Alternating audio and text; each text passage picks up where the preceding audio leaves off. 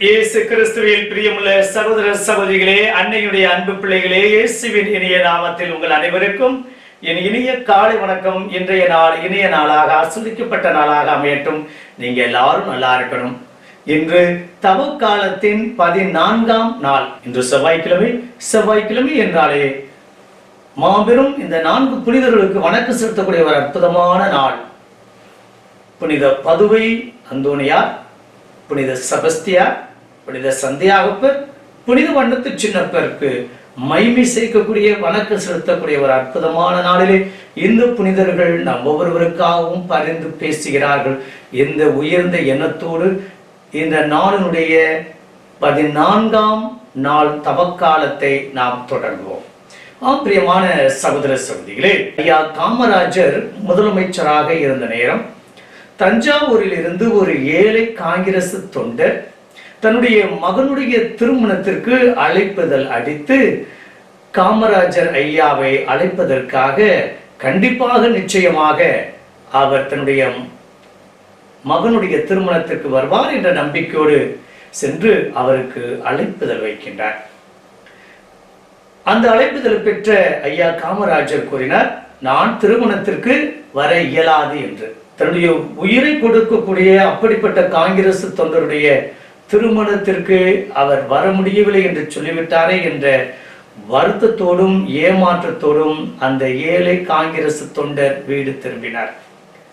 திருமணம் எளிமையான விதத்துல அவர் ஏற்பாடு செய்திருந்தார். ஆனால் ஆச்சரியம், திருமண நாளன்று முதலமைச்சர் காமராஜர் ஐயா அவர்கள் திருமண இல்லத்திற்கு வந்து விட்டார்.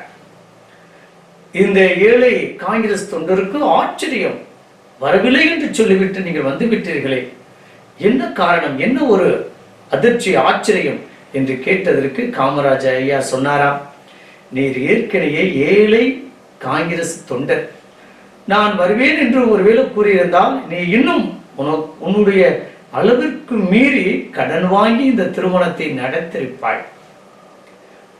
நீ ஏற்கனவே ஏழை, இன்னும் நீ கஷ்டப்படுவதை நான் பார்க்க விரும்பவில்லை. ஆகையால் நான் சொல்லாமல் உன்னுடைய மகனுடைய திருமணத்திற்கு நான் வந்திருக்கிறேன் என்று கூறினார். பிரியமான சகோதர சூழே, இன்று எத்தனை தலைவர்கள், எத்தனை பொதுநலவாதிகள், சமூக ஆர்வலர்கள் இப்படி காமராஜர் ஐயாவை போல இருக்கின்றார்கள். தங்களுடைய புகழுக்காகவும் புகழ்ச்சிக்காகவும் தங்களுடைய வருகை இன்னும் மற்றவர்களாம் என்பதற்காக எத்தனை கட் அவுட்டுகள், எத்தனை கார், எவ்வளவு பெரிய பத்திரிகை, எவ்வளவு பெரிய ஆடம்பரமான ஒரு பந்தல் அமைப்பு.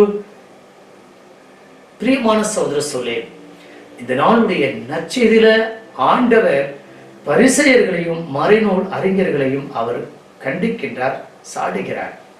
ஏனென்றால் இவர்கள் எல்லா இடங்களிலும் முதன்மையான இடத்தை பிடிக்க வேண்டும் என்ற கங்கணம் கட்டி வாழ்ந்தவர்கள். இவர்கள்தான் படித்தவர்.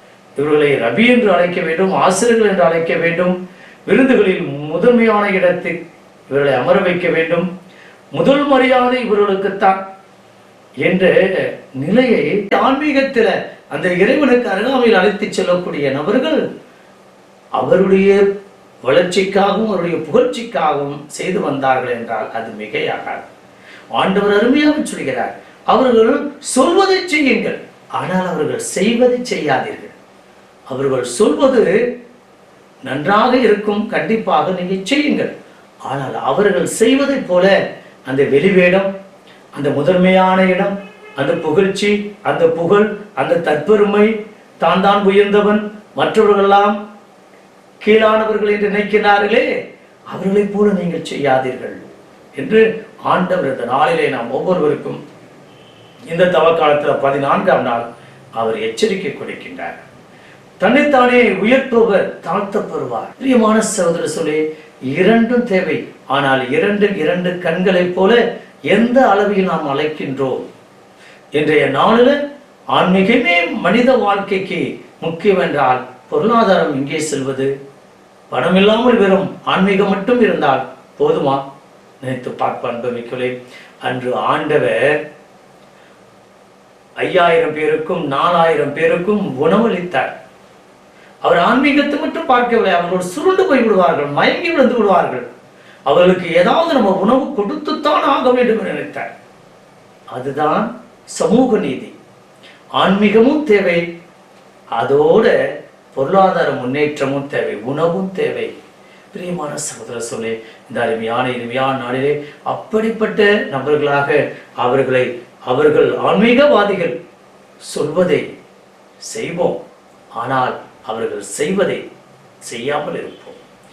பரலோக தந்தை இறைவா, இந்த இனிமையான நாளுக்காக உமக்கு நன்றி செலுத்துகிற தகப்பனே.